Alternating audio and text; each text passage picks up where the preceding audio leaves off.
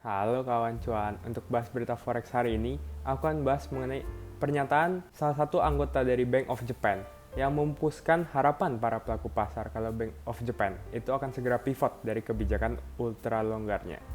Sebelumnya disclaimer on ya, ini hanyalah hasil analisa fundamental aku dan bukan saran trading, sehingga risiko trading tanggung masing-masing ya kawan cuan.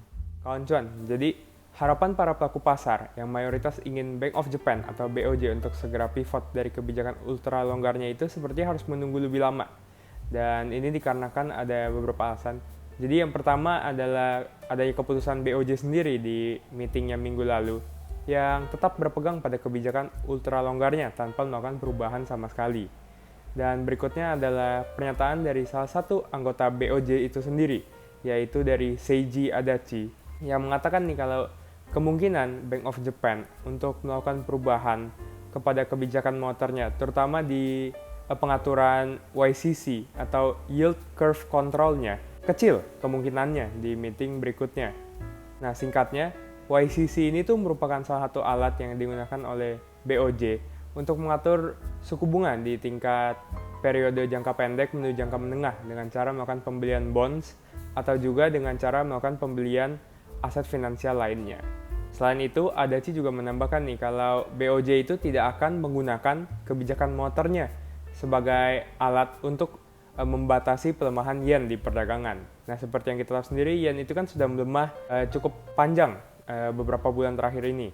Dan pelemahan yen ini tuh seperti dinyampaikan oleh Adachi sendiri, itu tidak akan membuat BOJ atau menjadi dasar bagi BOJ untuk melakukan pivot kebijakannya dari kebijakan ultra longgarnya, yang mana suku bunganya sekarang di angka minus 0,1%, itu akan dinaikkan ke area sekitar 0% ataupun positif tergantung dengan BOJ. Yang akan menjadi pertimbangan atau dasar Bank of Japan untuk pivot dari kebijakan ultra longgarnya menurut Adachi sendiri adalah data pertumbuhan gaji dan juga data inflasi atau consumer price atau kita kenal dengan nama CPI untuk Jepang itu sendiri dari periode bulan Juli tahun ini hingga ke depannya. Nah, untuk data inflasi ini sendiri untuk bulan Juli itu akan dirilis setelah meeting BOJ di bulan Juli. Jadi, maka besar kemungkinan bagi BOJ untuk tetap mempertahankan suku bunganya dan juga kebijakan moneternya yang ultra longgar di meeting bulan Juli mendatang. Walaupun inflasi di Jepang itu sendiri sudah sekitar setahun lebih ini tetap berada di atas 2% yang menjadi targetnya BOJ. Menurut Adachi dan BOJ itu, inflasi ini akan turun ke depannya, sehingga seperti keputusannya di Jumat lalu, mereka tidak melakukan perubahan sama sekali kan untuk kebijakan ultra longgarnya.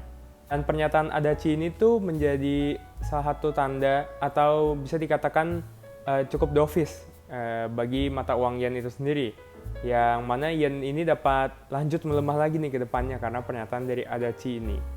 Namun tetap hati-hati ya untuk mata uang yen, karena sebelumnya Bank of Japan itu sudah memberikan peringatan kalau Bank of Japan itu dapat melakukan intervensi nih di pasar perdagangan untuk mata uang yen jika menurutnya yen itu melemahnya terlalu tajam, sehingga mungkin yen dapat menguat sewaktu-waktu karena adanya intervensi dari Bank of Japan ini.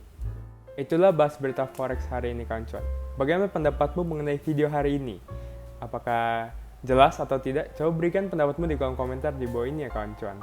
Oh iya, selain itu jangan lupa juga untuk tekan tombol subscribe agar kamu tidak ketinggalan episode bahas berita forex berikutnya. Dan juga follow aku di IG dan juga di TikTok di @rw_beritaforex. Terima kasih dan sampai jumpa di lain waktu kawan cuan.